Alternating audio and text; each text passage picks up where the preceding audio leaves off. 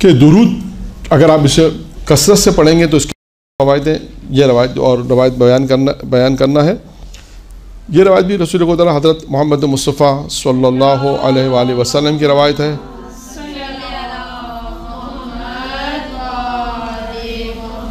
جو شخص ایک مرتبہ میرے اوپر درود پڑھے گا خداوند متعال اس کے تمام گناہ معاف کر دے گا.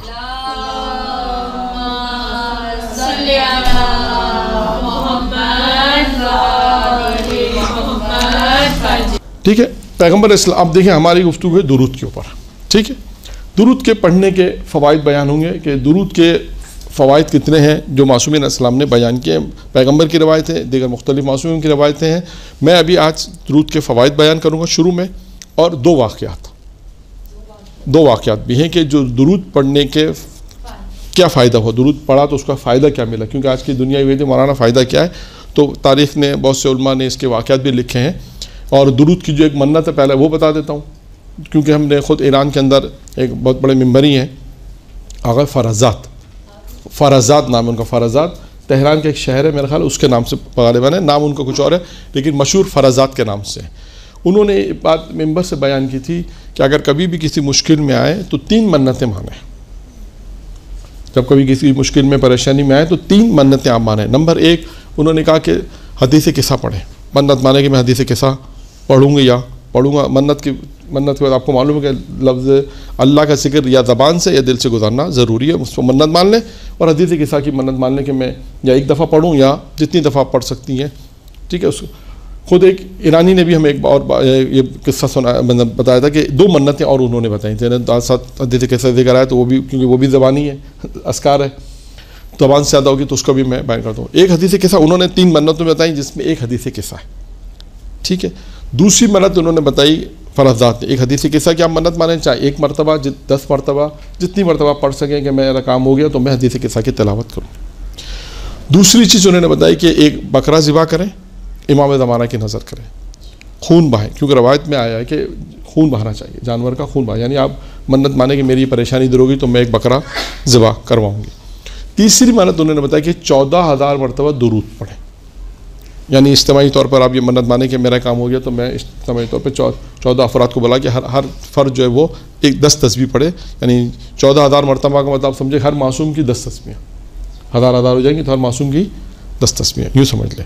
تو 14,000 مرتبہ درود کی بھی منت لوگ مانتے ہیں. بعض اوقات لوگ خالی منت درود کی مانتے ہیں کہ میرا کام ہو گیا تو میں 14 دفعہ درود پڑھوں یا گھر میں سب افراد سے پڑھوائیں گے بیٹھ کر کہ سب مل کے یہ کام ہو گیا تو یہ درود، یعنی یہ منت ہے.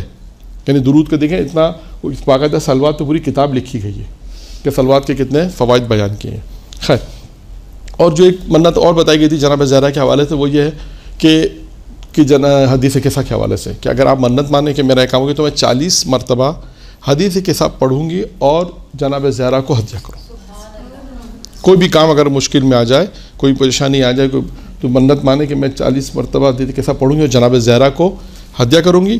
اور ایک منت اس کے ساتھ ہے کہ ام البنین کو تسبیح پڑھوں گی. یہ الگ سے منت ہے، جناب حدیث قصہ کی الگ ہے، یہ الگ ہے کہ کوئی بھی مشکل پہ جائے تو میں درود کی تسبیح پڑھوں گی. اس میں بھی دیکھیں درود سے ذکر آیا کہ درود کی تسبیح پڑھ کے ام البنین کو ہدیہ کروں گی. تو یہ 2 منتیں الگ سے ہیں.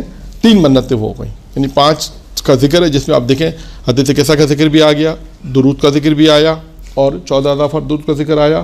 اور پہلی منت میں جو ہے وہ بکرا ذبح کرنے کا کہ اگر کوئی مشکل ہو تو بکرا. تو اس طرح یہ 2 منتیں الگ الگ ہیں. مشہور ہے کہ اگر انسان اس چیزوں کو یعنی انسان پریشان ہو، کوئی مشکل ہو تو اس طرح کی منتیں مانے. درود کی منت بھی مان سکتا ہے، خالی درود کی مانے کہ میں مثلا 5 درود پڑھوں گی ام البنین کو ہدیہ کروں، 40 درود پڑھوں گی یہ میرا کام ہو گیا، ام البنین میرے یہ کام ہو گیا، میں 40 منت مانتی ہوں کہ 40 تسبیح درود کی ام البنین کو ہدیہ کروں، یہ بھی ہے. یا 40 مرتبہ حدیث قصہ پڑھ کر جناب زہرا کو ہدیہ کروں گی اس طرح. یا کوئی 14,000 دفعہ کا عمل ہے تو 14,000 دفعہ عمل کراؤں درود کا. تو اب پیغمبر کی روایت ہے جو میں پڑھ رہا ہوں جس میں پیغمبر علیہ السلام نے ارشاد فرمایا درود کے حوالے سے کہ جو شخص 1 مرتبہ درود پڑھے گا، خداوند 1 مرتبہ میرے پر درود بھیجے گا، خدا اس کے تمام گناہ معاف کر دے گا. جو 1000 مرتبہ درود پڑھے گا، خدا اسے جہنم کی آگ سے محفوظ رکھے گا. قیامت کے دن تیسرا نقطہ، قیامت کے دن تم میں سے میرے نزدیک سب سے زیادہ کون ہوگا؟ وہی ہوگا جس نے دنیا میں مجھ پہ سب سے زیادہ درود بھیجا ہوگا. اور جو شخص جمعے کی رات یا جمعے کے دن 100 مرتبہ درود بھیجے گا. جیسے میں نے عرض کیا کہ جمعے کے دن آج کی تسبیح بھی درود کی تسبیح خود روایت میں بھی ہے. جو شخص یعنی جمعے کی رات یا جمعے کے دن 100 مرتبہ درود بھیجے گا, خداوند متعال 100 حاجتیں پوری, اس کی 100 حاجتیں پوری کرے گا. 100 حاجتوں میں سے 70 حاجتیں آخرت اور 30 حاجتیں اس کی دنیا کی ہوں گی. 100 مرتبہ اگر شب جمعہ ایک تسبیح پڑھے درود کی یا جمعے کے دن پڑھے گا تو خداوند متعال اس کی 100 حاجتیں پوری کرے گا, جن میں سے 70 حاجتیں جو ہیں وہ آخرت کی ہوں گی اور 30 حاجتیں جو ہیں اس کی دنیا کی پوری ہوں گی. اب آتے ہیں درود کے. پہلے میں فوائد بیان کر دوں کہ درود کے جو فوائد لکھے گئے ہیں اور جو بیان کیے گئے ہیں. نمبر 1, آپ دیکھیں اس روایت کے مطابق جو میں نے آپ کے سامنے بیان کی 7 نکات تھے اس روایت میں جو پیغمبر کی میں نے آپ کے سامنے بیان کی کہ جس میں درود پڑھنے کے فوائد بیان کیے گئے. اب یہ مختلف روایتوں میں ہیں, پیغمبر معصومین سے روایتیں ہیں درود پڑھنے کے فوائد. اس کی روزی میں اضافہ ہوتا ہے. اچھا, اب اس کی روزی میں اضافہ ہوتا ہے, اس جملے کو ذہن میں رکھیے گا, ایک واقعے سے ہی مربوط ہے یہ واقعہ.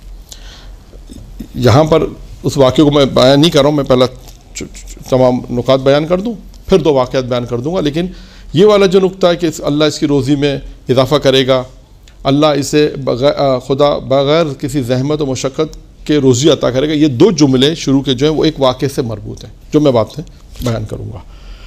تو یہ دو فوائد ہو گئے کہ پروردگار عالم جو ہے اس کی روزی میں اضافہ کرے گا, خدا اسے بغیر کسی زحمت و مشقت کے روزی عطا کرے گا, جہنم کی آگ سے نجات کا سبب بنتا ہے, قیامت کے دن کی پیاس کا بجھانے کا سبب ہے. یہ درود اگر انسان پڑھے گا تو یہ فوائد اسے حاصل ہوں گے. درود پڑھنے والا حوض کوثر سے سیراب ہوگا, قیامت کے دن ہولناکیوں سے محفوظ رہے گا, موت کی آسانی ہو جائے گی. جب روح نکلتے وقت جو مشکل ہوتی ہے اگر انسان کثرت سے درود پڑھے گا تو اس کا فائدہ کیا ہوگا کہ موت اس کو جو ہے وہ آسانی ہو جائے گی, موت کے وقت آسانی ہو جائے گی. قبر میں خدا کے عذاب سے محفوظ رہے گا, جو ہم سنتے ہیں کہ قبر میں اتنا عذاب ہوگا, جو روایتوں میں بھی ہے کہ انسان اگر خدا نخواستہ گناہ کرتا ہے تو اس کے قبر میں عذاب ہوگا. تو یہ درود دیکھیں کہاں آپ کی مدد کرے گا. یہ درود جو ہے آل محمد پہ درود جو بھیجیں گے کہ یہ کہاں آپ کی مدد کرے گا. اور یہ دیکھیے گا کہ وہی مشکلات دیکھیں, قیامت کا ذکر ہو رہا ہے, قبر کا ذکر ہو رہا ہے, موت کا ذکر ہو رہا ہے. اگر آپ غور سے ان روایت کو اگر ہم تھوڑا سا غور بھی کریں تو آپ دیکھیں کہ جہنم کا ذکر ہوا. یعنی اگر آپ دیکھتی جائیں تو اس پہ غور کریں کہ خدا ائمہ معصومین علیہ السلام نے درود کے فوائد کا جو فائدہ بیان کیا ہے وہ کہاں بیان کیا ہے. یہ وہی چیزیں ہیں کہ جس میں سخت روایت میں ہے کہ انسان کے لیے بہت زیادہ سختی ہے. جہنم بہت زیادہ سخت, 2 قیامت بہت زیادہ سخت. خود سورہ حج کی آیت آپ دیکھیں کہ قیامت کے دن سورہ حج میں جو قیامت کا منظر شروع کی آیتوں میں ہے کہ اس وقت کیا ہولناک منظر ہوگا اور کیا صورتحال ہوگی, اور جو بیان کی جاتی ہے کہ قیامت کے اندر کوئی کسی کو نہیں پوچھے گا, قیامت کے اندر جو ہے باپ نہ اولاد کو پوچھے گا, اولاد نہ باپ کو پوچھے گی, شوہر نہ بیوی کو پوچھے گا, بیوی نہ شوہر کو پوچھے گی. ایسے ہولناک منظر ہوں گے وہاں پر کہ کوئی ایک دوسرے کو پہچانیں گے, بلکہ سب اپنی اپنی نیکیوں کی تلاش میں ہوں گے کہ ہمیں نیکی مل جائے. تو آپ دیکھیے یعنی جہنم 1, قیامت 2, پھر اس کے بعد قیامت کی ہولناکی 3, قیامت کی پیاس 4, موت 5, قبر کا عذاب. یہ آپ دیکھتے جائیے یعنی تمام کے تمام وہ مراحل سخت ترین مراحل ہیں. یعنی آپ اگر غور کریں روایت کے اندر, موارد کے اندر کہ جو معصومین علیہ السلام نے بیان کیے کہ درود کا فائدہ تمہیں کہاں ملے گا, میں وہ ساری چیزیں پڑھ رہا ہوں لیکن شفاعت آ رہی ہے اس میں. یعنی پہلے یہ بتانا چاہ رہا ہوں کہ آپ ان تمام وہ موارد کو دیکھیے گا کہ جیسے محبت اہل بیت میں بھی آیا ہے کہ محبت اہل بیت 7 جو بہت سے یعنی 100 سے زیادہ مقامات ہیں مرنے کے بعد, لیکن 7 وہ مقامات ہیں, سخت ترین مقامات 7 ہیں کہ جہاں اہل بیت کی محبت کام آئے گی. وہ یہی محبت ہے کہ جو درود اہل بیت پہ درود پڑے گا ان کی محبت رکھے گا تو یہی ہے. اب وہاں پر بھی وہی ہے کہ قبر کے اندر ہے, روح نکلتے وقت ہے, سکرات کے وقت ہے مثلا, پھر جو ہے وہ نامہ اعمال جب دیا جائے گا, صراط کا ذکر ہے وہاں پر. یہاں پر بھی دیکھیں صراط کا ذکر آ گیا کہ ابھی جو پچھلے رات میں ایک فائدہ بیان کیا گیا کہ ایک سے صراط سے گزرے گا تو ایک حور دی جائے گی. تو آپ دیکھیں یعنی تمام کے تمام پہلا یعنی اس چیزوں کو بیان کرنے سے پہلے اگر ہم تھوڑا سا یہ بیان کر رہے ہیں کہ دیکھیں ان تمام مراحل کو کتنے سخت مراحل ہیں. پہلے ہم اس کی مشکلات کو سمجھیں گے کہ ہاں اتنے سخت مراحل ہیں کہ قیامت کی ہولناکی ہے، قیامت کی دہشت ہے، وحشت ہے، قبر کا عذاب ہے، جہنم کی آگ ہے، قیامت کی پیاس ہے. یعنی ان تمام چیزوں کو پہلا کہ جب تک ہم درک نہیں کر لیں گے نا کہ ہاں کتنا مشکل مورد ہے وہ، پھر ہمیں درود کا فائدہ سمجھ میں آئے گا.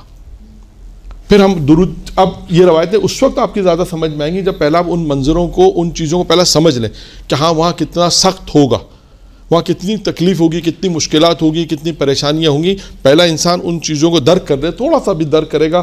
ذرا سا انسان کا بھی خوف اپنے لیے پریشانی کا، ذرا سا سوچا خدا نہ خاصا کسی گھر میں آگ لگ جاتی ہے، اگر کوئی اندر ہو تو وہ خود بھی پریشان ہوتا ہے، باہر والے بھی پریشان ہوتے ہیں. ایک لمحے کے لیے تصور کرے کہ اگر آگ قریب میں ہو تو کتنی انسان کو پریشانی ہوتی ہے. تو سوچے قیامت کی پریشانی، جہنم کی پریشانی. پہلا انسان اگر ان چیزوں کو اگر تصور کر لے کہ یہ کتنی سخت ہیں، پھر انسان دیکھے کہ پروردگار عالم نے 14 معصوم علیہ السلام نے ان سختیوں سے نمٹنے کے لیے، ان سختیوں سے بچاؤ کے لیے کیا چیز آپ کو عطا کی ہے. اور اس میں جو چیز عطا کی ہے، جہاں نماز ہے، جہاں روزہ ہے، جہاں آپ کی دیگر عبادات ہیں کہ جو آپ کو ان مشکلوں سے نجات دلائیں گی، وہاں ایک ایسا عمل ہے کہ جو آپ گھر بیٹھے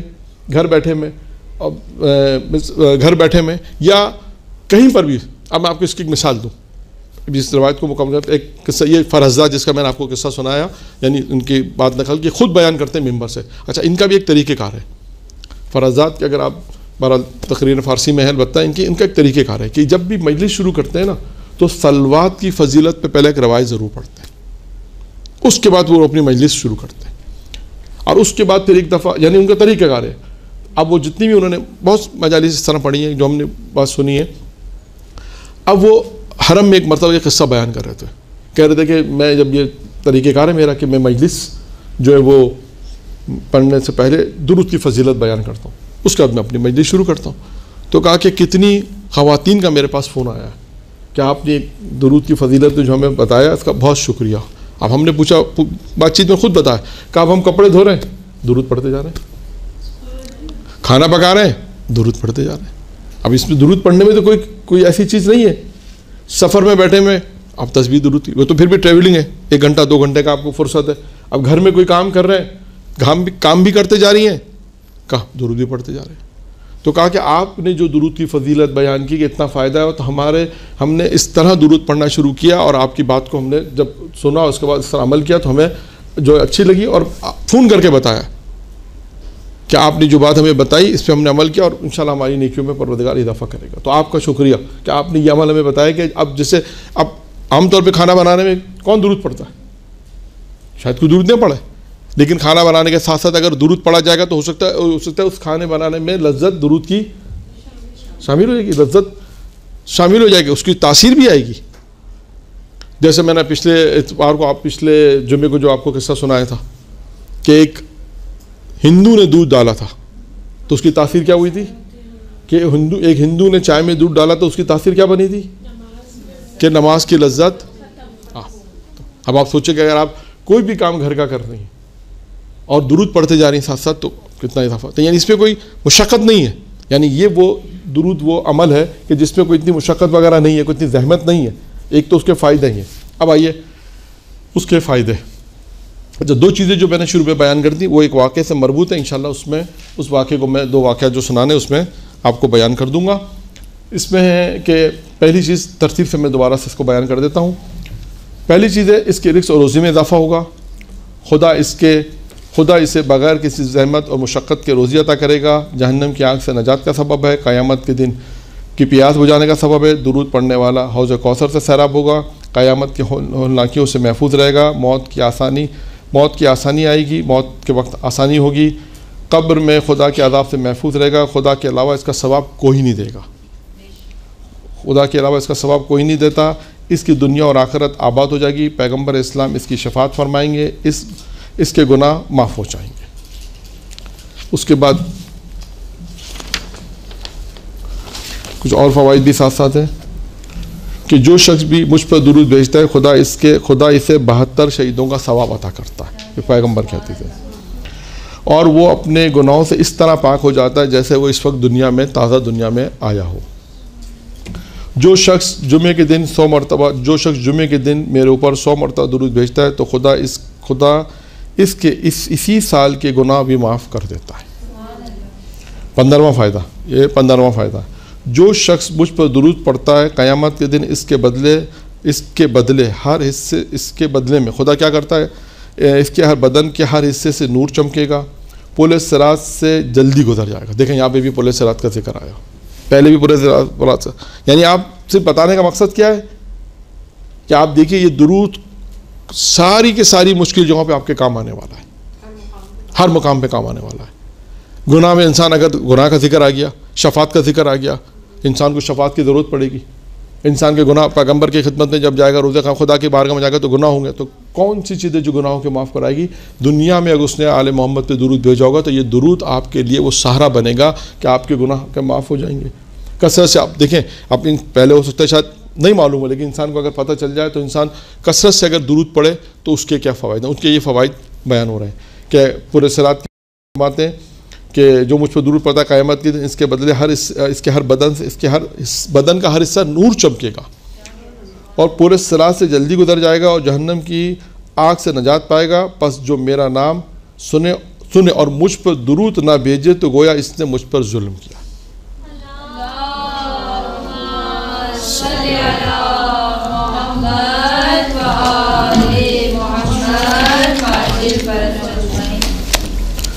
ٹھیک ہے، یہ 15 فوائد تھے درود کے۔ ٹھیک ہے، اب آئیے ہم جو ہمارے پاس وقت ہے اس کے دوران میں ہم انشاءاللہ تعالیٰ درود کے حوالے سے 2 واقعات ہیں جو میں، تاکہ آج جو ہے وہ درود کا حصہ جو ہمارا وہ کمپلیٹ ہو جائے گا۔ پھر اس کے بعد والے جلسے میں دوسرے اذکار کا ذکر کریں گے کہ اس میں اذکار کو پڑھنے میں کیا فائدہ ہے۔ تاریخ نے ایک واقعہ لکھا ہے کہ ایک شخص تھا، بہت غریب تھا، اس کی اولاد بھی زیادہ تھی، غریب بھی تھا، پریشان تھا، کیا کرے؟ تو اب اس نے سوچا کہ بالآخر کچھ روزی کمانے کے لیے کچھ تو کیا جائے، تو اپنے گھر سے نکلا۔ جب وہ اپنے گھر سے نکلا تو اس نے دیکھا کہ ایک مسجد سے آواز آ رہی ہے، یعنی مجلس ہو رہی ہے۔ ہمارے اسلام میں مجلس ہو رہی ہے، ایک واعظ ممبر بیٹھ کے نصیحت کر رہا ہے، مجلس ہو رہی ہے، تو وہ مجلس میں جا کے بیٹھ گیا۔ اور اس واقعے میں دیکھیے جہاں درود کے فوائد بیان ہوں گے وہاں ایک فائدہ اور بھی ہے، وہ یہ کہ مجلس میں جانے کا فائدہ کیا ہے۔ مجلس انسان کے لیے ہدایت کا سبب ہے، مجلس انسان کے لیے جنت میں جانے کا سبب ہے، مجلس انسان میں معرفت حسین کا سبب ہے۔ یہ دیکھتے رہیے گا کہ مجلس میں جانا کتنا انسان کو مفید رہتا ہے۔ یہ شخص مجلس ہو رہی تھی، یہ شخص وہاں جا کر بیٹھ گیا اور اس مجلس میں ذاکر نے درود کے فضائل بیان کیے، اور وہ جو شروع کے 2 فضائل تھے کہ پروردگار عالم جو تھی کہ خدا اس کی روزی، خداوند متعال یہ تھا خدا اس کی روزی میں اضافہ کرتا ہے، یہ اس ذاکر نے بیان کیا، اور 2 جملے بیان کیے تھے کہ خدا اس کی روزی میں اضافہ کرتا ہے، یعنی معصوم کی روایت ہے، اور خدا بغیر کسی زحمت کے مشقت کے اس کو روزی دے گا۔ جب اس نے یہ 2 جملے سنے، اور بھی فوائد تھے لیکن 2 جملے سنے، اس کے بعد جب مجلس ختم ہو گئی اس کے بعد اس نے کہا کہ اب میں درود پڑھنا شروع کروں، کیونکہ درود پڑھنے سے روزی ملے گی۔ اچھا اب دیکھیں ایک اور فائدہ جو ہم نے تمام بیان کیا، اس میں ایک فائدہ روزی کا بھی ہے کہ انسان اگر اللہ پہ اعتقاد رکھتا ہے، معصومین پہ اعتقاد رکھے اور کہ پروردگار جو تو نے کہا ہے اور تیرے معصومین نے جو بات کہی ہے، پیغمبر اسلام نے فضیلت بیان کے ساتھ درود کی، تو میں اس اعتقاد کے ساتھ انسان درود پڑھے تو اس کی مشکل حل ہوگی۔ اس غریب شخص نے اس عالم کی بات پہ اعتقاد رکھا کہ بھائی یہ معصوم کی روایت بیان ہو رہی ہے، اور اس نے کہا کہ درود پڑھنے میں مشغول ہو گیا، اور کہتا ہے کہ کچھ عرصے کے بعد جب کچھ 2-4 دن گزرے، 5 دن گزرے، تو کہنے لگا کہ جب میں ایک جگہ سے گزر رہا تھا وہاں دیکھا کہ ایک پتھر اس سے ٹکرایا، اس کے پیر میں لگا، اور پتھر کے ٹکرانے کے بعد اس نے جب دیکھا زمین پر تو اسے ایسا کچھ لگا کہ یہاں پہ کچھ ہے۔ جب اس نے اس کو کھودا تو پتہ چلا کہ اس میں سونے کے سکے تھے، ایک برتن تھا جس میں سونے کے سکے تھے۔ اچھا اب اس نے خیال کیا کیا، اس نے کہا تھا عالم نے تو کہا تھا کہ اللہ آسمان سے روزی دے گا، یہ تو زمین سے ملی ہے، یہ میرے کسی کام کی نہیں ہے، کہیں میری کسی کام کی نہیں ہے، تو اللہ نے کہا تھا آسمان سے روزی دے گا۔ اس نے وہیں چھوڑا اور گھر آ گیا، اور گھر آنے کے بعد پھر اپنی زوجہ سے جو ہے ساری ذکر کرنے لگا۔ تو اب اسی اسنا میں جب یہ ذکر کر رہا تھا، بات کر رہا تھا، اپنی بیوی کو ساری باتیں بتا رہا تھا، اس کا پڑوسی یہودی تھا، اور وہ چھت پر بیٹھ کے ساری باتیں ان کی سن رہا تھا کہ اچھا اس خرابے میں گیا، فلاں جگہ گیا، وہاں اس کو جگہ وہاں ہے، وہاں پتھر سے ٹکرایا، اس نے کہا وہاں ایک جگہ ہے جہاں پر ایک ظرف ہے جس میں سونے کے سکے ہیں۔ تو اس یہودی نے کہا اس سے پہلے کہ یہ پہنچے میں ہی پہنچ جاؤں وہاں پر یہ تو اپنی بیوی کو بھی بتا رہا ہے، اس کی بیوی اس کو کیا مشورہ دیتی ہے اس سے پہلے کہ یہ پہنچے، میں پہنچ کر وہاں پر پہنچ گیا، اور وہاں پہ پہنچے، اس نے کھودا اور وہاں سے ظرف وہ برتن اٹھا کے لے آیا، اٹھا کے لا کے جیسے اپنے گھر میں آ کے اس کو کھول کے دیکھا کہ اس میں سانپ اور بچھو ہے۔ دیکھا یہ کیا، یہ تو اپنی بیوی سے کہہ رہا تھا کہ اس میں تو سونے کے سکے ہیں، چاندی اور سونے کے سکے ہیں۔ اچھا اب اپنی بیوی سے یہودی کہتا ہے کہ ایسا تو نہیں کہ وہ ہمارا دشمن ہے، ہمیں اس کو کیسے پتہ چلا کہ میں اس کی ساری باتیں سن رہا ہوں؟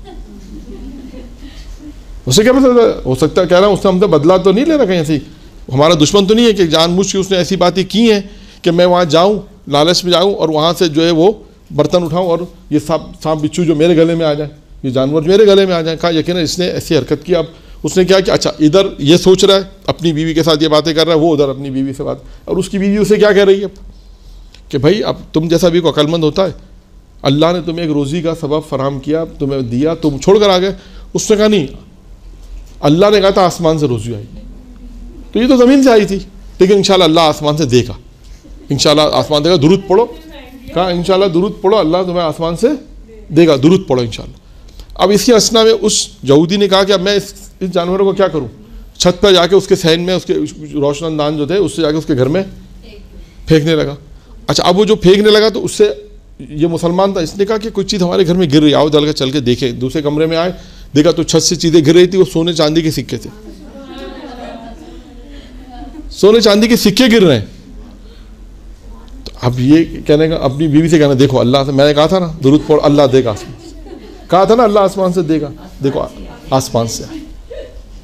اچھا اب ادھر یہ یہودی جو تھا یہ پریشان ہو گیا کہ میں تو سانپ بچھو سمجھ کے پھینک رہا ہوں، وہ سونا بن کے اس کے گھر میں گر رہا۔ اس کے بعد جب اس نے یہ راز دیکھا، اس کے بعد اس سے پوچھا، اس نے ساری داستان بیان کی، اور اس کے بعد وہ اس سے یہ معجزہ دیکھ کر، دیکھیں سلوات کا یہ معجزہ دیکھ کر وہ مسلمان ہو گیا۔ اچھا اب اس میں آپ دیکھیے نتیجہ کیا ہے، اس واقعے میں وہ مسلمان ہو گیا۔ اب درود پڑھنے کا کیا فائدہ ہوا؟ ایک اعتقاد کتنا محکم، دوسرا یہ درود پڑھنے کا فائدہ ہے اعتقاد کے اوپر درود پڑھا۔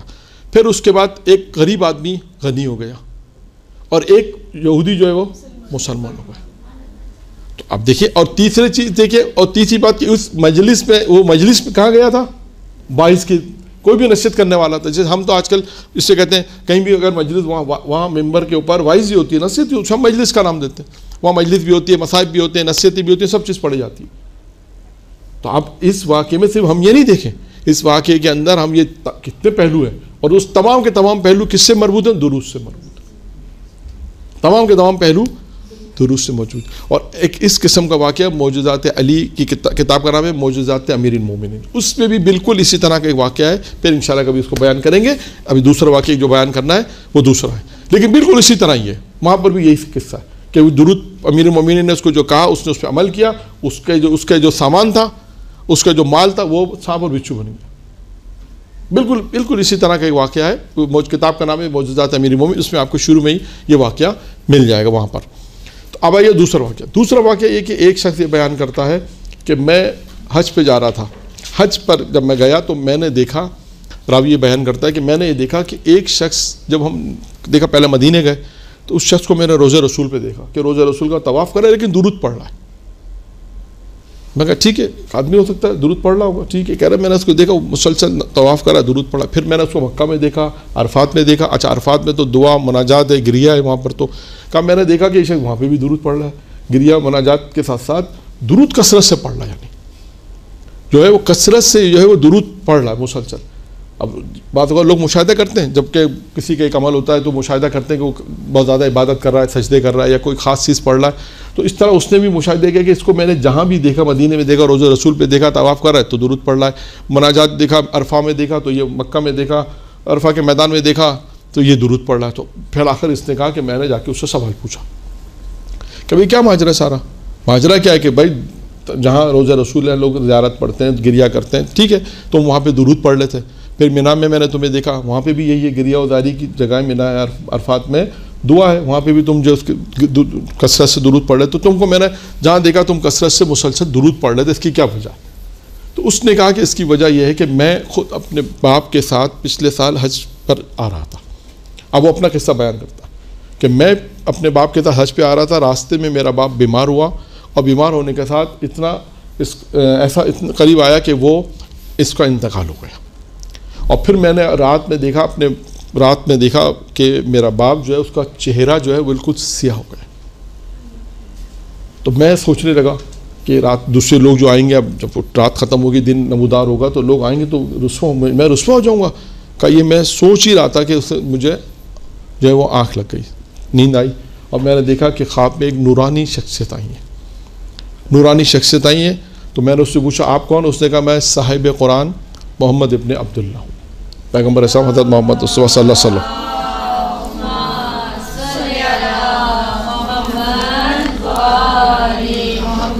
اس نے کہا کہ میں پیغمبر اسلام ہوں. اور اس کے بعد پھر کہتے ہیں کہ اس نے اپنے چہرے سے نقاب ہٹایا اور اس کے بعد اپنا تعارف کرایا. اس کے بعد کہا کہ میرے والد کے چہرے پہ کپڑا ڈال کے کپڑا ہٹایا اور اپنا ہاتھ اس پہ پھیرا اور دیکھا کہ میرے والد کا چہرہ جو ہے وہ نورانی ہو گیا. اب میں نے ان سے سوال پوچھا کہ آپ نے یہ عمل کیا؟ کہا میں تو بہت پریشان تھا کہ میرے والد کا چہرہ اتنا سیاہ ہو چکا ہے، تو پریشان تھا کہ میں لوگوں کو کیا منہ دکھاؤں گا. مجھے تو آپ نے رسوائی سے بچا لیا، شرمندگی سے بچا لیا، آخر کیا وجہ ہے؟ پھر پیغمبر اسلام نے کہا کہ تمہارا جو والد تھے، تمہارا باپ جو تھا وہ گناہ تو کرتا تھا، جس کی وجہ سے اس کا چہرہ سیاہ ہوتا، گناہوں نے اس کو گھیر لیا تھا. کہا لیکن تمہارے باپ کی ایک چیز بہت اچھی تھی کہ وہ مجھ پہ کثرت سے درود پڑھتا تھا، تو جس کی وجہ سے اس نے مجھے اس وقت مدد کے لیے پکارا. تو میں اس کی مدد کے لیے آیا ہوں، اور مدد کے لیے آیا اور آنے کے بعد کیا کیا کہ اس کی یہ درود کا سبب تھا کہ جس کی وجہ سے اس کا چہرہ جو ہے وہ چہرہ نورانی ہو گیا اور چمکنے لگا. پھر وہ شخص کہتا ہے میری آنکھ کھلی تو میں نے اپنے والد کو دیکھا کہ بالکل اسی طرح جیسے خواب میں اپنے والد کو دیکھا تھا جیسے پیغمبر نے مجھے بیان کیا تھا. تو یہ دو واقعات بہت ہی مختصر میں نے آپ کے سامنے بیان کیے کہ دیکھیں کثرت سے انسان اگر درود پڑھے، آل محمد درود پڑھے، تو دنیا میں کتنے فوائد ہیں، دنیا آخرت میں کتنے فوائد ہیں، مرنے کے بعد مختلف مقامات جو بیان کیے گئے اس میں کتنے فوائد ہیں. تو اسی طرح جو ہے یہ درود کے فوائد بیان کیے گئے ہیں.